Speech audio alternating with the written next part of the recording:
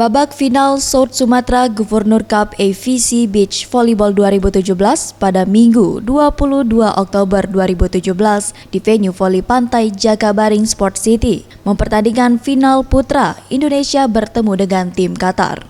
Pasangan Indonesia yang lolos final, Chandra Ade Ashifia Muhammad bertemu dengan pasangan Qatar, Syarif Younousi Ahmed Tijan Janko. Pertandingan berlangsung 2 babak. Di babak pertama, pasangan Chandra Ade Ashifia Muhammad kalah dengan 17-21.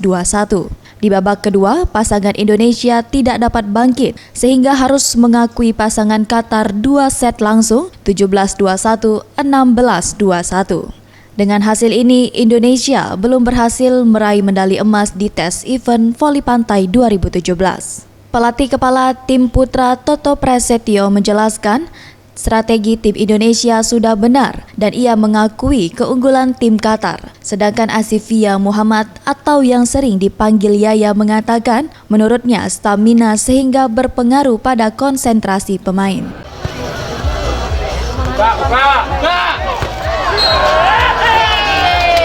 Well done, ladies and gentlemen. The match is over. Already. Kita harus latihan lebih giat lagi, lebih fokus lagi, mengatur strategi lagi gimana untuk caranya untuk mengalahkan tim Qatar. Terkait Asian Games 2018, pasangan Chandra Ade Ashifia Muhammad akan banyak melakukan perbaikan.